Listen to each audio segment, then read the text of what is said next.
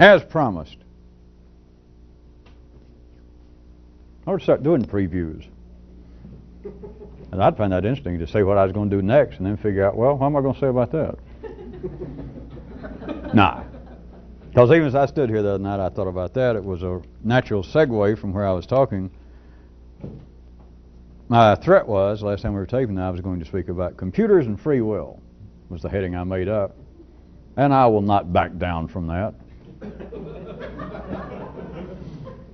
Except I will point out that I am, as always, not about to try and give some sort of discourse on the nature of computers, because there are many of you in the business, and I am not really specifically talking about computers other than for the material beginning that I'm going to use a certain aspect of human involvement with these particular machines for that basis. Well, at any rate, you'll see.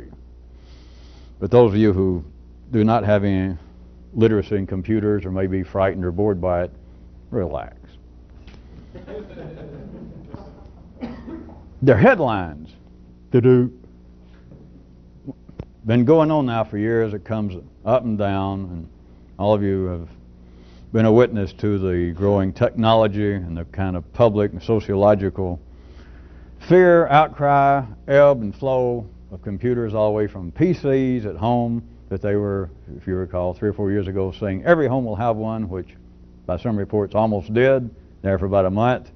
And the next headline said things like, not only will every home have one, within a few matter of hours you won't know how you got along without it. And so almost every home did apparently get a PC, but within a few hours something else happened. They all went in the closet. And then anyway, it's been going back and forth.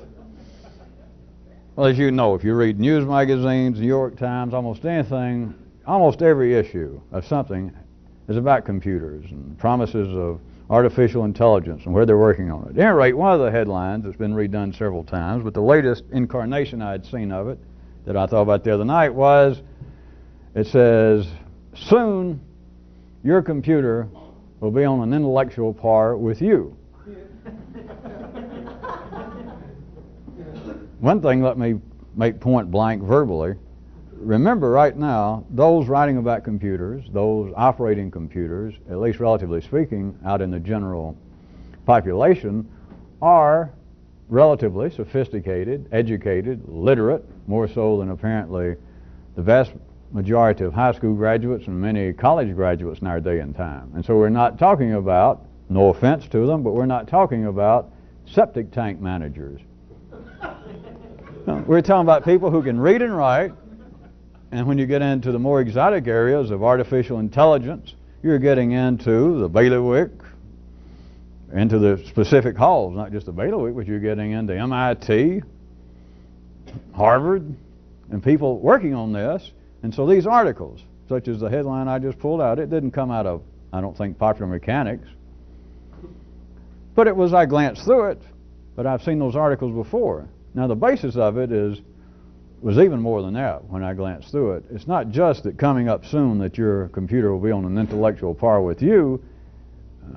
Just skimming through it, I could tell that the kind of wrap-up and the punchline to the article was not only will it be on a par with you, which went on for more than I cared to read, but it was kind of the payoff was, and once that happens, which is just around the corner, but once that happens, watch out. Of course, the inference being that we are just a few steps away, a few more dotted I's and crossed T's, and men go have machines that can outthink them, that you're going to have actual AI. And when they say artificial intelligence, everything I read, which is not the point, because I'm getting to the point, but they are quite serious. Now we're talking about sane people walking around with master's, doctorate degrees, large segments of a sophisticated area of the population of humanity. Now, I am not here, of course, to attack or support computers. That's not the point. But this is bringing up a very interesting and unnoted dynamic within life's own body having to do with humanity, and it's a place revisited. It is a question re-examined. It is a problem re-plowed. I'm talking about an old one, and nobody notices it yet.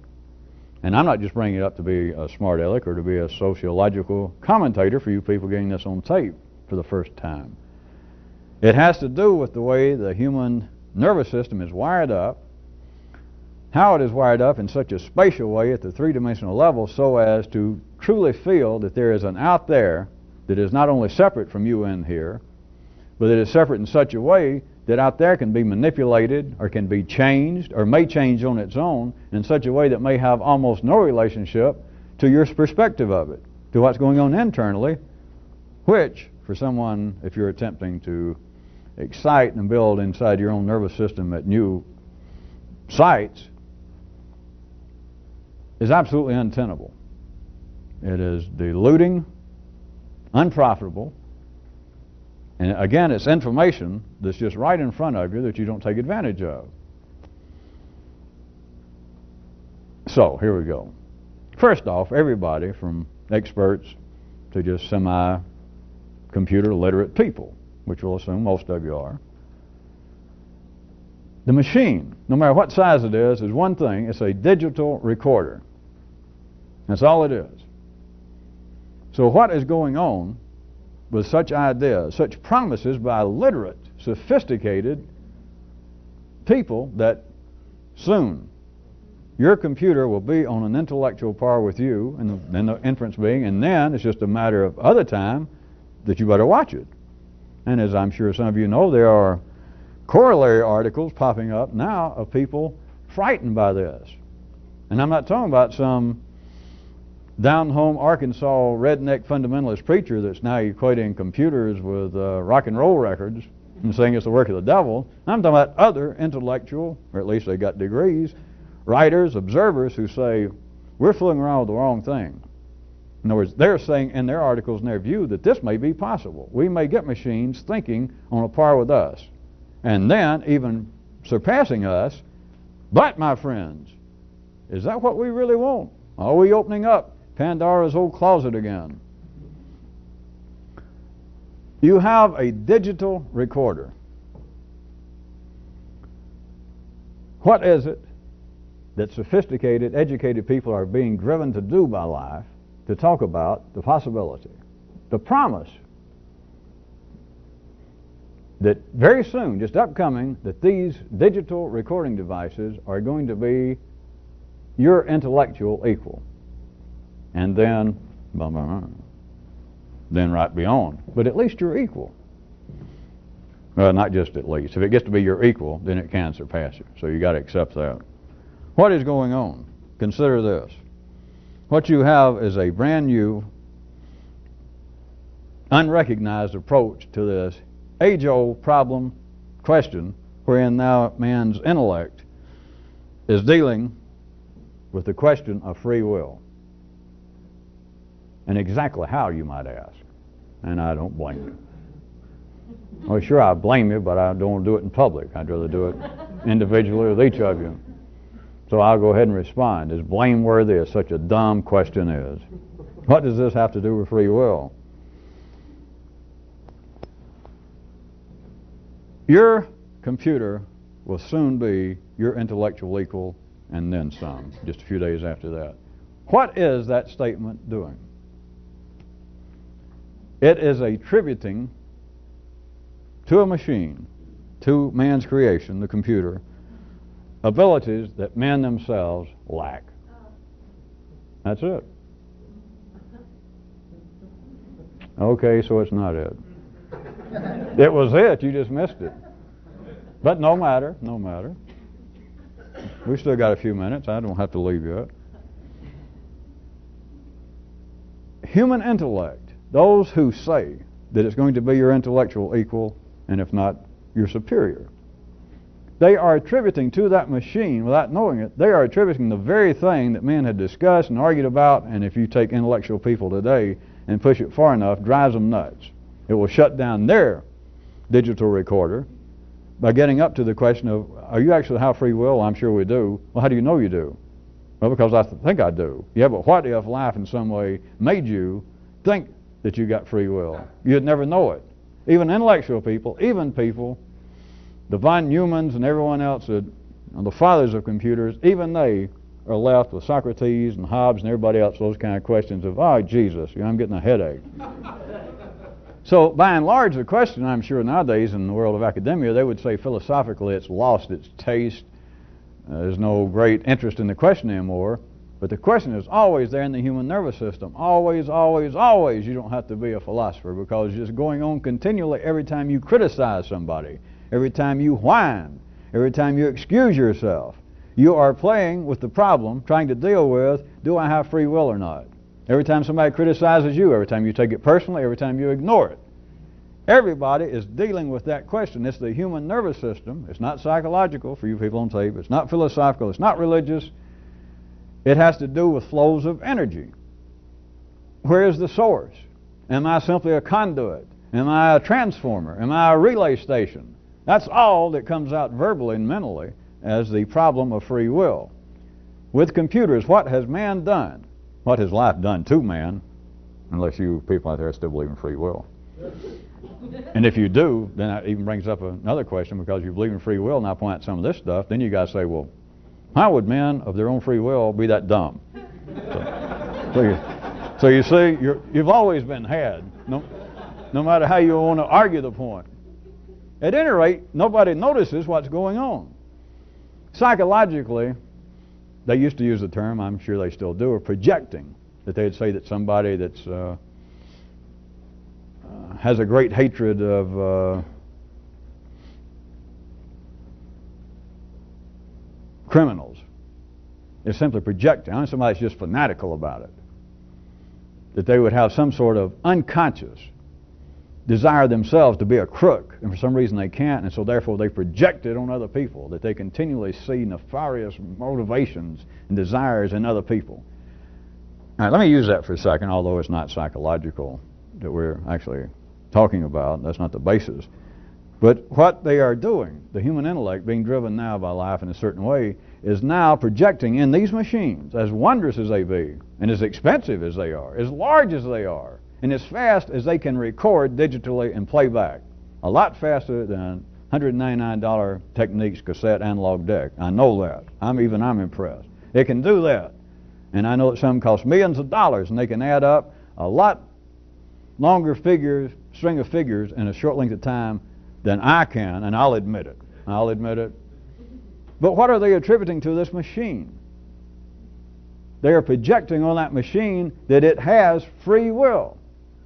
Now think about it. That's exactly what's going on without those words. To say that a human, no matter the education, no matter who the human is, that a human or some series of humans took the goods of this planet right out of the ground where it came from, primary ores, minerals, and they turned it in through a process that we don't have to go into this computer. They created it. The computer did not grow naturally like tubers and pomegranates. Some men made this. They constructed it and put it together, and whatever's inside, also the information in there, the software, men put it in there. And of course they all admit that. Well, sure, we know that.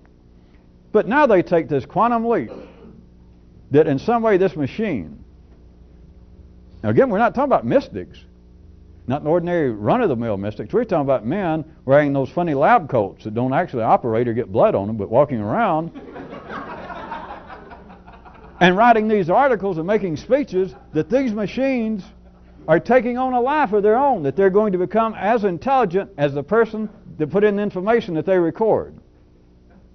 And then it's going to go past that. It's just a matter of time. Think about that. Now, to begin with, in the three-dimensional world, I've mentioned this in passing before, to begin with, it's not going to happen. Now, me saying that's not going to stop people from believing it and thinking it, because it's serving a purpose. But surely some of you can hear this. It's not within question. It's not my opinion. If you cannot hear this, or at the very worst, if you go, wait a minute, that's your opinion, but you may be incorrect. You don't know exactly what's going on inside the avant-garde areas of computer research right now, which I don't. But if anything in you says I could be wrong, you probably don't belong in this. Not because you're arguing with me, but you just probably don't belong here if that just doesn't strike you. There is no way in a three-dimensional universe that anything man can put together, whether it was called a computer or whether it was called a tuber machine, No matter, you can call it anything you want to. And it could be serving to produce some other service than computers normally do. But there is nothing that people are going to devise, construct, invent that can reach the level of the person who put it together, or persons. That's also, if you don't know, is why men believe in God. Same thing. And they also, if their own mind or some other mind questions them, like, well, how can you describe God? Well, you can't. That's why He's God. It might as well. What they're doing is projecting now on these machines. They're now projecting the level of human intelligence on the machine, and they have now unknowingly taken on the role of God. They are attributing to the machine that now we got it started. We've done our work, and just a little more fine-tuning, and then God knows what, some kind of hocus-pocus. Of course, they don't believe that. They say it's going to be with intellectual research and etc., that the machine is going to at least get as smart, reach the same level as its creator.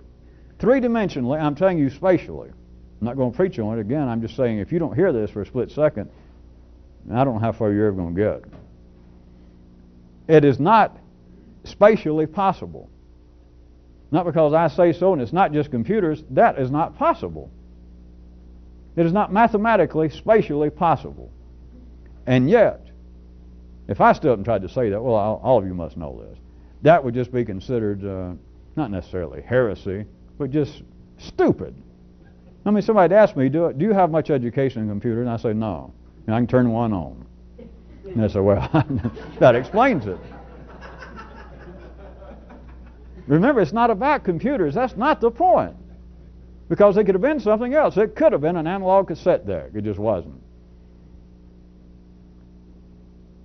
They are projecting on the machine free will, which I know some of you still got stuck there. In that, this machine in some way, I'm not going to try to go into, because there are various theories. But what they're attributing to this machine is free will. That is, the time is soon coming that it can act in such a way that transcends what was put into it. Is that not what man thinks free will is when he talks about it? Even those who are religious or those who believe in some kind of mechanical evolution, that we sprang just genetically from the mire somewhere, or those who believe, well, God actually invented us as per the Old Testament or Hindu stories. And He gave us free will.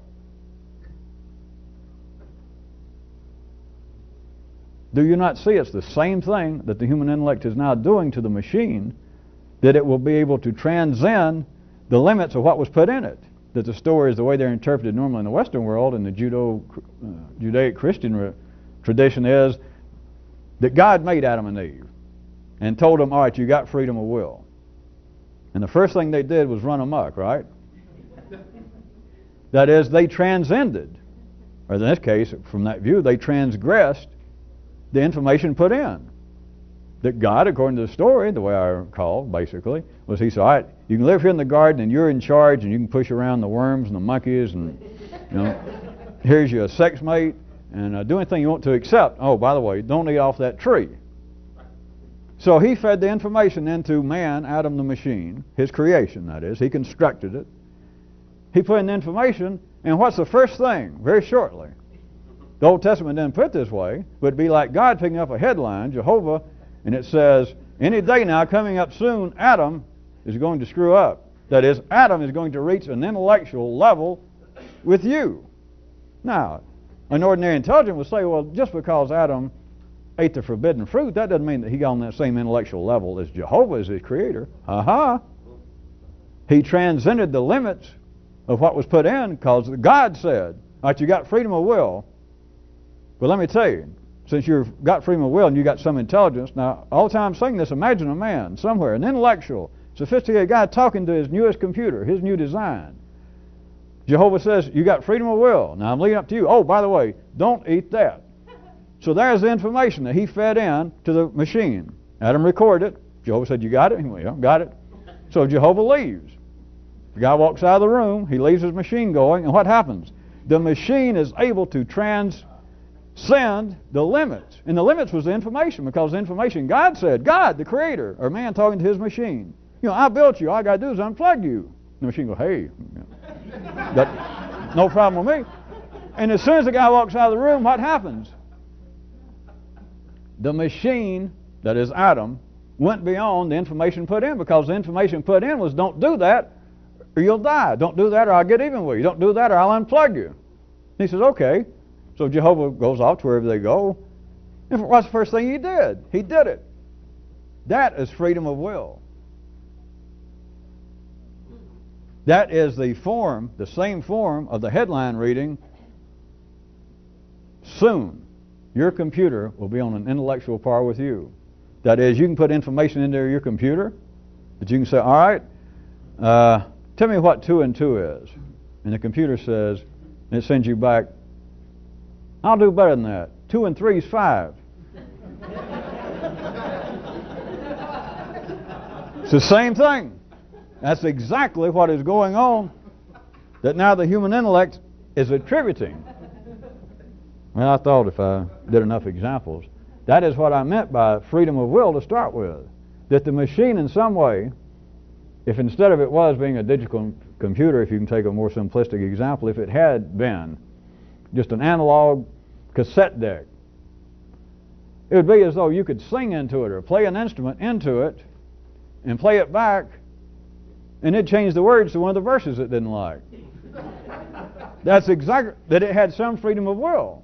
That it was not limited to the information put in. Which is exactly what they're saying. They count, now, notice they skate around the edges of the words about artificial intelligence, but the headlines speak for themselves. The whole thing that life is doing to the human nervous system is exactly what it's addressing.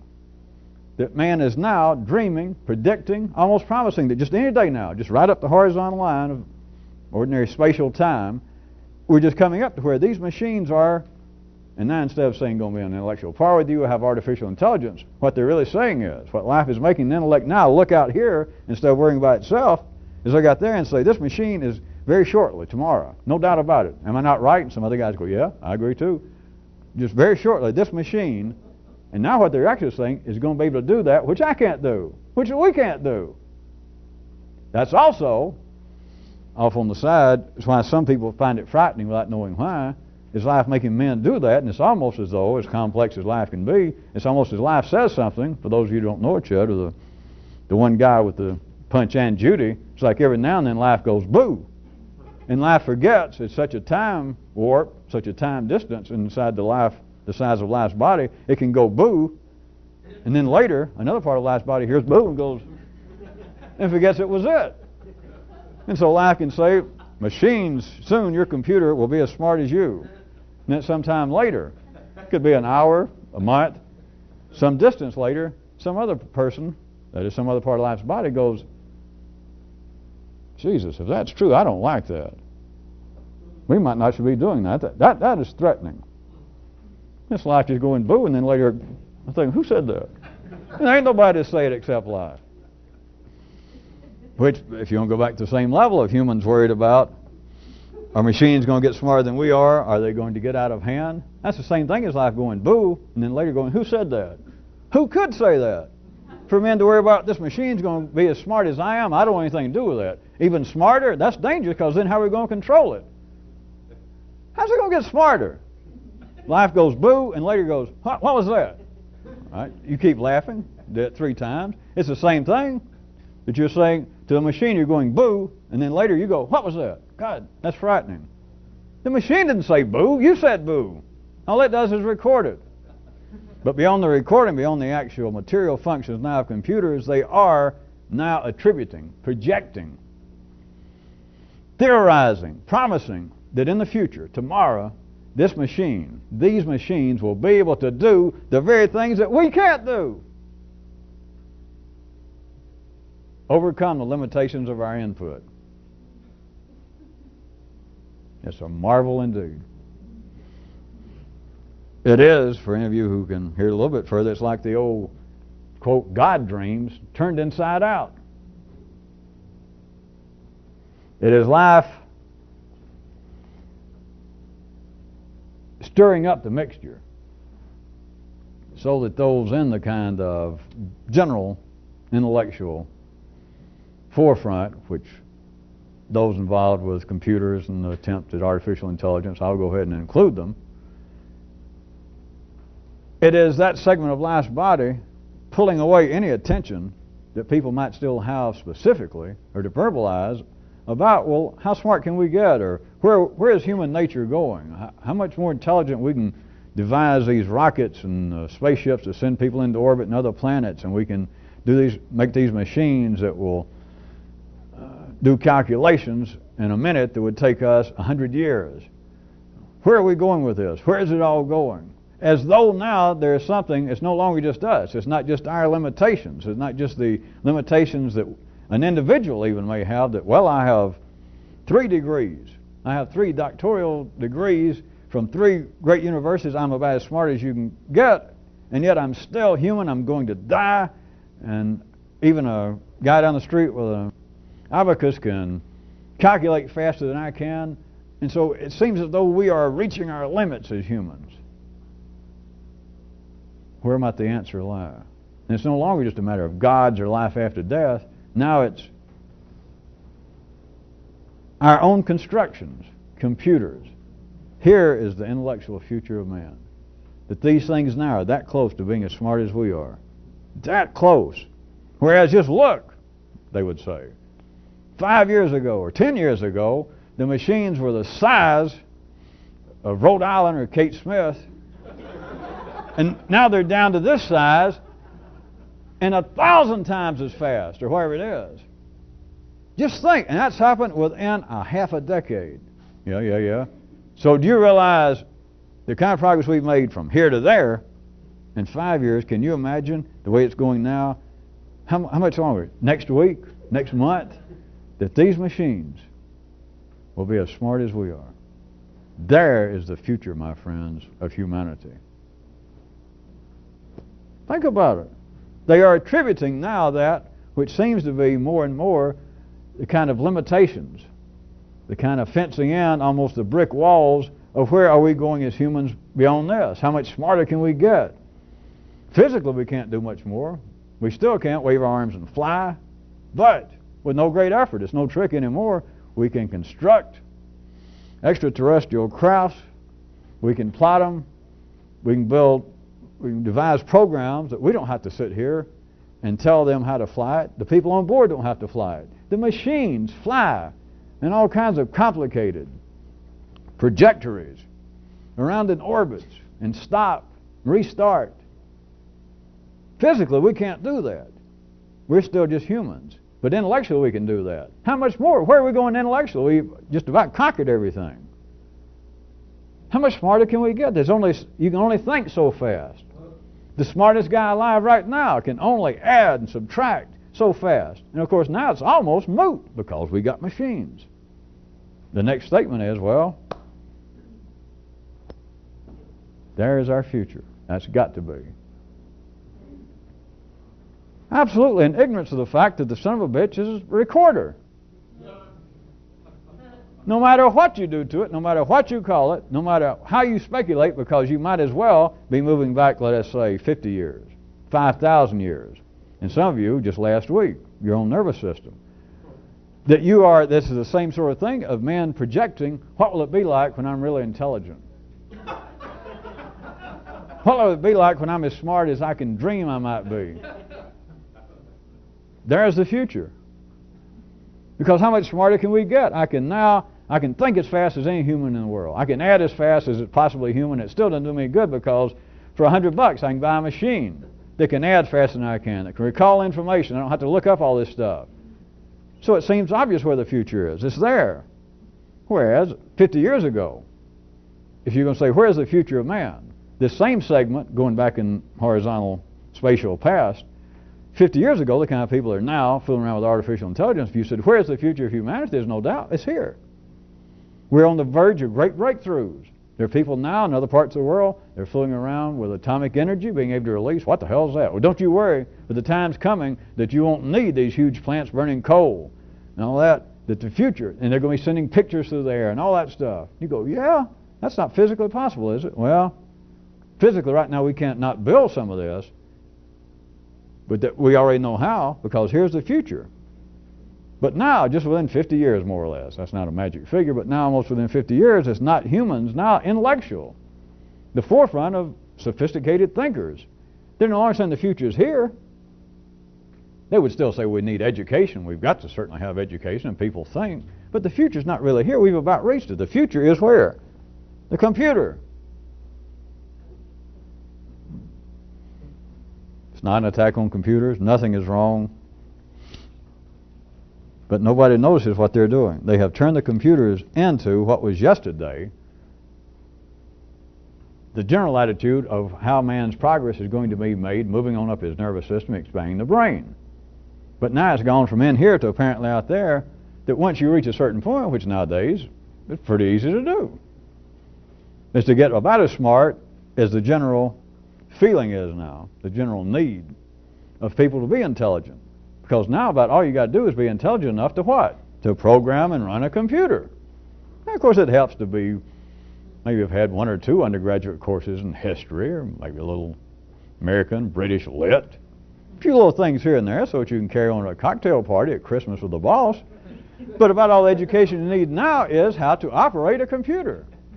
And so for it to be headlines and a continual assault that the future is in the computer, you don't have to push anybody. It's not a fraud going on. It's not a three-dimensional conspiracy. But what is going on is not even recognized, that it is a kind of distraction. Not for any nefarious purpose, because life is obviously moving in a different way for the general population. And nobody recognizes it. They keep looking. Every time there's an article, you hear a debate or a controversy or a promise about something you've made your breakthrough in the computer. Now, I repeat one more time, it could be some other. Instead of computer, we could put in another word. Is now people more and more look out there. Oh, yes. How much work are we going to do in here? I mean, how much? You need to be literate. You need to be able to read, know how to work a computer. But how much you got to know? You don't even have to now risk hurting your back by walking over when you need a question answered and having to bend over and pull out a volume of the Encyclopedia Britannica, which can get pretty heavy, and go through all that. All you got to do is be computer literate and go da-da-da. In a matter of like that, it runs up what you need to know. It knows. Really? Not only does it know, remember the headline, soon it don't just know, it will be your intellectual equal. And then, of course, watch out. Because just one step, just right past that, the thing is going to be thinking. That is, the thing is going to have free will. That is, the thing can transgress, transcend the information, the abilities put into it.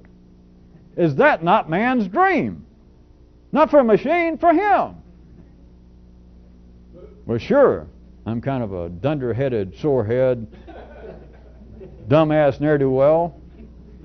But God, if you just knew the dreams I had, how great I'd like to be. Well, why don't you? I don't know. I don't have time. I'm in computer school at night.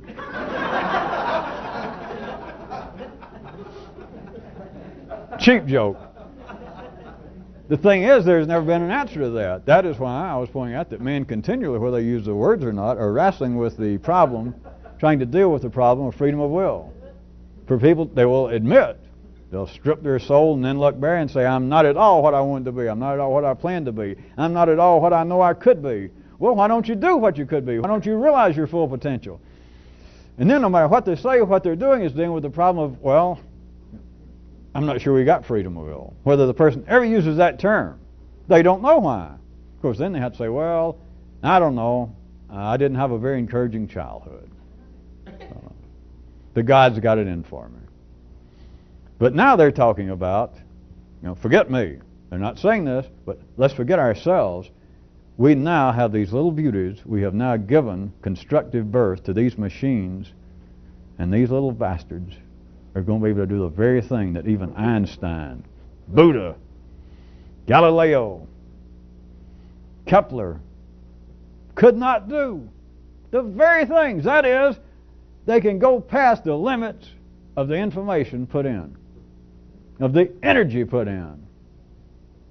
They're going to be able to take 2 and 2 and make 5 out of it, and we can't do it. I can't even make 4 out of it unless, God knows what, the temperature is just right. I feel good. I've just been laid. It's Tuesday. Sometimes I can't come up with 4, even when I know When I say it's 3 and somebody says it's 4, I go, I knew that. And somebody, maybe myself, says, why didn't you say that? And there you are again, wrestling with the problem unknowingly of freedom of will. Well, you're right. Why didn't I say that? Oh, I don't know. I know it's some kind of Freudian slip. It's the way my father treated me makes me at times want to fail. And so when you asked me 2 and 2, I knew it was 4. I knew that as well, but I said 3. And why did you say you did it? And of course, now they're back to the problem of freedom of will because they don't know, but they go, I guess sometimes I'm overcome with a sense of self-destruction. But again, notice, none of these attributes are being dreamed of, even considered in the computer. No article's been written, even though don't read them all, I can assure you, because nobody's thinking in this way of what we really got to watch now. I mean, we're working trying to get these computers really fixed up and going faster and smarter, but we got to watch that we don't in some way traumatize them. Or we don't watch what you say around the computer. Don't sit a cup of hot coffee. It might come up with some kind of unconscious trauma, and then later down the road, when it's got an important job you want to do, it's going to be like, well, I don't feel good.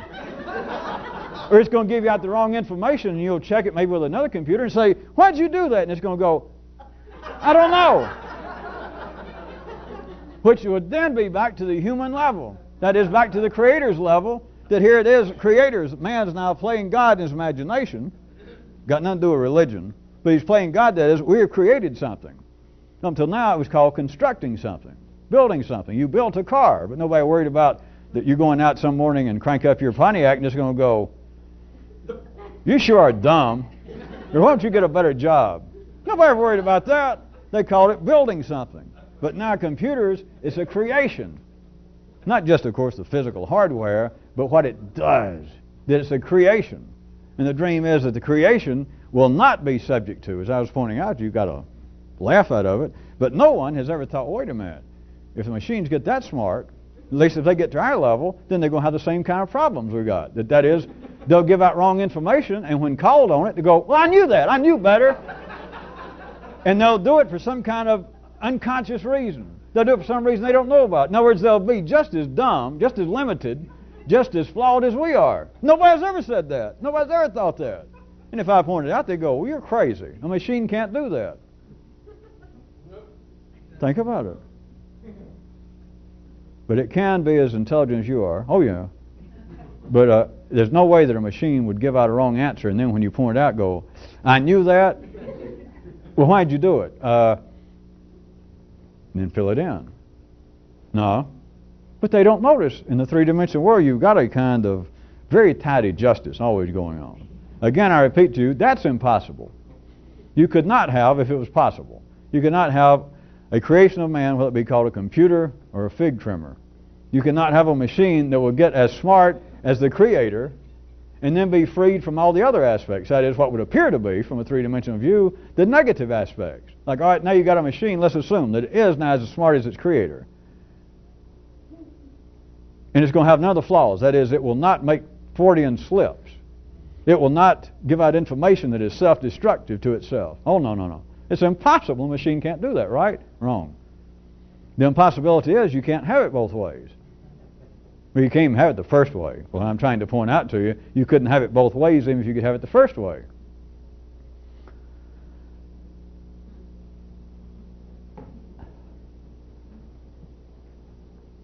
It is, if I may quote that other great 20th century American philosopher, Patsy Cline, it is sweet dreams cubed.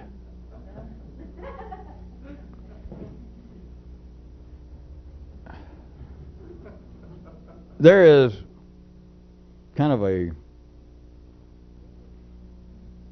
an additional head note instead of a headline. Other things I've run across that's on this nature. It's fairly recent, at least when I saw it, of saying soon the computer will be able to read your moods. That computers that they're working on now, according to what I read, that it will be able to recognize from the user a smile, a frown, a quizzical look, and respond accordingly. That is, if it gives out information that you want, when you look at it like that, that the machine recognizes that and realizes, well, you don't comprehend it that way, and then maybe the machine goes, let me think right quick, and give it out in a different way. Or it puts out a certain, you ask it a question, as they like to put it, that you ask the machine a question and it answers. Well, I'm not being sarcastic. That's the same thing that humans say they do to themselves until they're asked about it. And that's when they have to call upon the name of Zeus and Jesus and Satan and Freud. That is, wait a minute, we're talking about freedom of will. I know what you're trying to pull on me. Now, I'm not responsible. I don't know why I did that. But back to the machines. That they're saying now the machine, that's coming up very shortly, that you do ask the machine a question, it gives you the information, and you see it come out, and you go, ah! And the machine will recognize in you this pleased look, maybe not only the information, but in some way emotionally, it understands that not only did you like the answer, but you obviously liked the way in which the answer was given. You liked the conveyance. You liked the way in which the information was presented. And so therefore the machine will continue along those lines. That, in other words, it will be able to respond and know the way in which you like to be answered. Maybe the first time it puts out just cold, hard facts to your response, and you go, and in some way the machine, I don't know whether it will have this vocabulary yet, but the machine will recognize that the form I gave that information didn't sit well with him. So maybe it needed to throw in a little humor, maybe a little Henny Youngman one-liner there. Maybe start off in a more allegorical manner and then get into the hard facts. So it starts doing that and it sees your face go. And so then it understands, oh, that's the way he wants it. Now not just humans projecting their own limitation. How about this? Is that not what man dreams about, in weak moments even says is possible, in his dealing with other people? That is, to be able to tell friend from foe, to be able to figure out what other people want, which he can't do, but he says he can. He says it should be natural, that something is wrong. Something as strong as love between people. Why is it that I have had 17 wives? Or why is it the longest time I've ever had a girlfriend was 10 days? But then what they're saying, in other words, but I better stop there a second. That humans say that love conquers all, for instance. That sort of shorthand that all you got to do is be alert when you're doing business with people. And somebody that's trying to pull a shady deal on you, it'll come out. People can't hide their true intentions. And people are robbed blind. People can be plucked naked.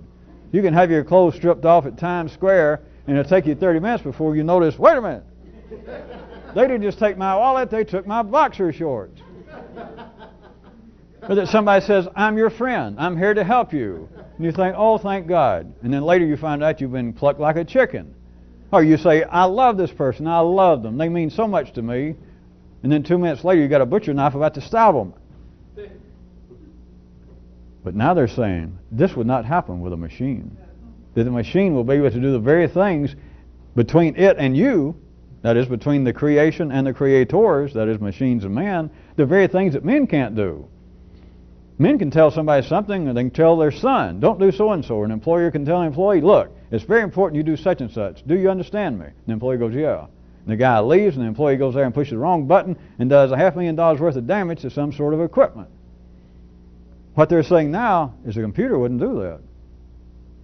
The computer can have an interpersonal, well, I guess I have to come from you, an interpersonal / machine, an intercreative relationship with man that is not limited by, is not flawed in the same way that the relationships between all humans is flawed. That it can tell when it's getting through to you. They can tell your moods. And humans can't do it. Romeo and Juliet, Antony and Cleopatra, you and whoever, you have to constantly say, are you having fun? Are you mad about something, honey? Why are you so quiet? Did I do something wrong? They're already saying, machine's not so limited. You come into the machine and you go to ask it a question and it's going to know your mood like, you're not in a good mood. You probably shouldn't be asking me. You don't really want the answer to that. And they're saying this with a straight face. That is, a straight brain. That this is going to be possible. Well, what are they saying? Remember, we're not talking about the machine. They are now attributing to the machine, just any day now, that machine with a human can do the very thing that humans cannot do amongst themselves. And again, surely you see if you or I or somebody that was foolish enough to attempt to present this to ordinary people, this would be beyond insanity. You wouldn't have to worry. They wouldn't try to lock you up. They just wouldn't hear it. They'd think you're speaking in Mandarin or... And yet there it is. It's the very thing they're saying. That machines, that we're just close to being able, somehow to get them to do it, machines are going to be able to tell good information from bad information. That is, if a machine sends you the answer to your question, you go, what? And it knows. It knows that the information it just gave you was correct. But then it also realizes, well, you can't understand the form. You're not recognizing good information. And you bang on the machine or you push whatever buttons you punch, like, rethink this. And the machine goes, well, wait a minute. If I just send back the same answer, he's still not going to get it. And so it'll come up with a new answer. That is, it is responding to your moods. And it's responding to the fact that it will be able to tell that you're not smart enough to actually recognize friend from foe. That is, operational information from dysfunctional information. Because if you say, wait, what? And you look at the answer and the machine knows that's the correct answer, it realizes to you it's dysfunctional. That is, it's bad information. It's not friendly information because you're going, what? And so it's got to send you another form. Again, forget machines. It's describing the very things that humans say that they can do amongst themselves, and yet when pushed up against that nonverbal problem of freedom of will, humans can't do it. They kill each other, which is not the problem. There's nothing wrong with killing each other, but they think there is. They stab each other. They hate each other. Who are we talking about? Enemies? Nah, family, lovers, parents and children. Oh boy. Talking about people cheating each other. Parents cheating their children out of their birthright. Children killing their parents to try and get the estate before it's time. But very soon we'll have machines that will not be so limited. They can't see it that way. They don't understand what they're saying. But again, they're attributing, just coming up tomorrow or next week, they're attributing to machines the very things that not only cannot the individual do, but humans cannot do amongst themselves. But we're soon, through some sort of research, I guess that's their form of magic now, because they're certainly not going to say magic, is what I started to say to you, because that, of course, is what it amounts to say by some way of magic, we're going to keep fooling around and putting information and tinkering and fine-tuning the computer, at least this one, and this computer is going to be able to do the very things that Jung and Freud couldn't do, that my mother couldn't do, that I can't do. Not just intellectually, but socially now. That is, it can recognize friend from foe. It can read your moods and respond accordingly and take into consideration your limits. That it gives you the right answer. You say, what's 2 and 2? And it says 4. And it sees you look, and it realizes, it knows 4 is the answer, but it realizes, well, something's wrong. And so right quick it says, before I answer, it says, may I tell you a story? And it goes into a little tale. Maybe it has a joke here and there, and it sees you kind of lighten up that, you probably had a tense morning, you were late coming to work, but the machine can read your mood, and so it realizes you're getting a little easier, and then maybe it says, oh, well, I digress, and I know you're in a hurry. By the way, the answer that you wanted was 4, I believe. And it does it that way instead of just saying 4, damn it. It's got you in a better mood. It now sees you smile. Humans. Now, you can say that humans theoretically can do that to one another. But do they? Not as a rule. That's not the way life works.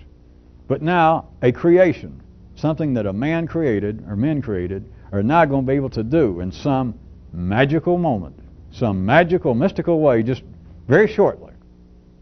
We don't really know how, because most of us do not have the education or the background of the AI men at Caltech and MIT.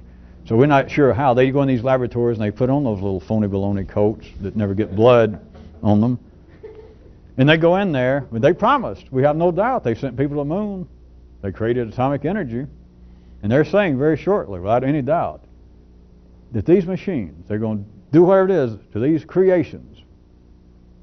And the machines are then going to surpass the limits of that which was put in them. Free will finally be on this planet. It won't be us. But at least the very things we've been dreaming of will actually be here. We'll live to see it. Not experience it firsthand, but we'll live to see that there'll be machines that can now exercise freedom of will. And machines that can, with us, thankfully, be able to have those kind of dreamed of, assumed, proper interpersonal relations, the machine to us, that we can't do with each other. That is, I can come in the machine and say, what's 2 and 2? And it says 4. And you go, what? And the machine says, wait a minute, let me tell you a joke first. I'll get back to that. That a machine will be able to help look after my own emotional shortcomings. That this machine is a better man than I am. Gunga Apple.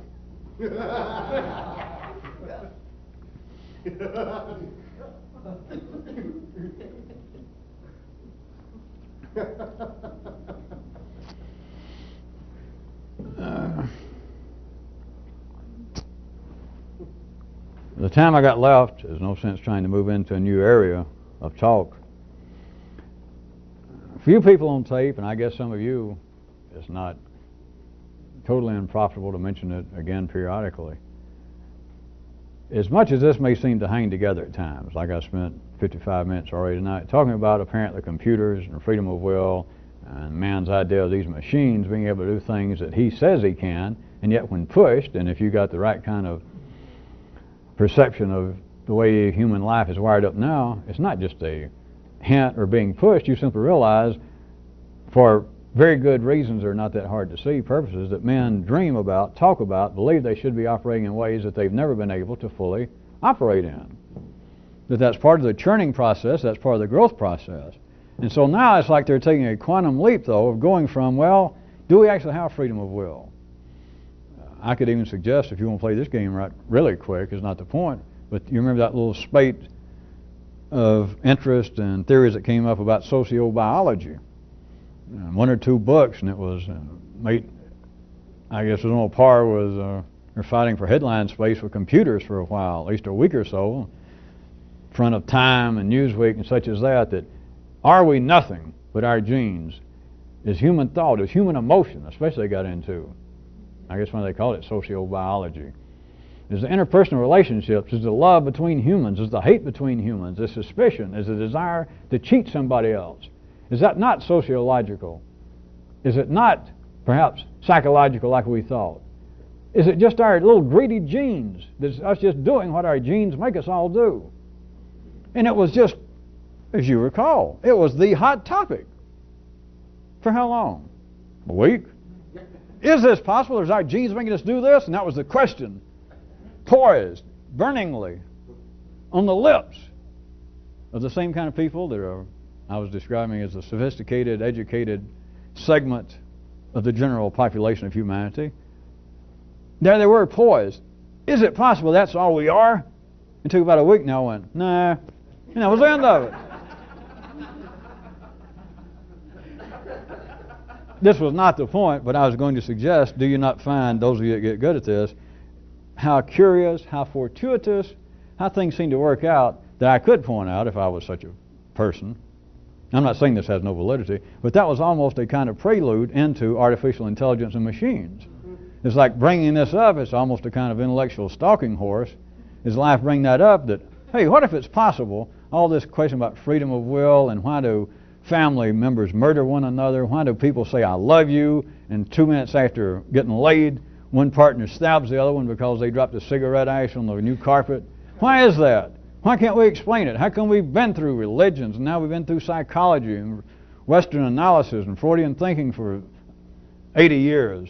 How come we're not any closer? And This Like Life says, what if what some of you think every now and then, what if you've been looking in the wrong place? And all this ideas about why did I do this, and unconscious motivations, or God's made me do it, or devil's made me do it. What if all that's just a bunch of bunk, and it's simply you are driven with the same kind of genetic mechanisms that drive an earthworm? It's just you got a more expansive nervous system and you can talk. But the same kind of things that blindly make a tiger stalk a deer and kill it and eat it is the same thing that makes people blindly steal from one another, kill one another individually, and then on mass levels, whole tribes kill one another. What if it's just that? And it's almost like for a split second that a few people, that is a part of life's body, goes, not just that would just be an emotional release, but it would just be, well, damn, that answers it all. That's it. Right there, you can just explain it in a lot quicker than I did. You can explain it easily in 30 seconds. Well, that would explain everything. That would be it. And you pause like at least a half-decent Borscht Belt comedian and give it 1 or 2 beats and go, well, that would explain it all. 1, 2. Nah. But it's like life brought it up and set it up there for a second like a little intellectual Cupid doll, and then threw and knocked it down, and then to replace it was like, well, everybody forget about that. Just forget about it. Any day now, we're going to have computers that da-da-da-da-da-da and fill it in. That is, do the very things that you've been worried about. Never mind what makes people do this. Pretty soon we'll be free from doing that. You mean us personally?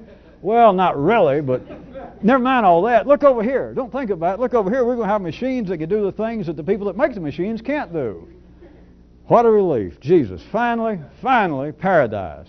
Well, if not paradise, at least a decent condo and a BMW and sweet dreams. Sweet dreams. We don't have to worry that we can't do it. We've been looking in the wrong place. Never mind sociobiology. Never mind all that kind of question about, well, is it heredity or is it the environment? Forget all that. Just forget all that. Well, really? Yeah, forget all that. Look over here. Look over here. You meant that machine? Yeah, the computer. But forget all you're asking, because this thing, and then life is like suddenly you got the super Willie Lomax salesman. He tells you, forget all those questions and the problems you had. Forget all that. All you got to do is look over here. Just look over here. And it's like suddenly you've been hypnotized. Look over here, because tomorrow, few minor adjustments. Tomorrow, all the things you worried about will be taken care of. But now instead of saying, praise be to God, and bowing, pulling out a prayer rug, you pull up a chair.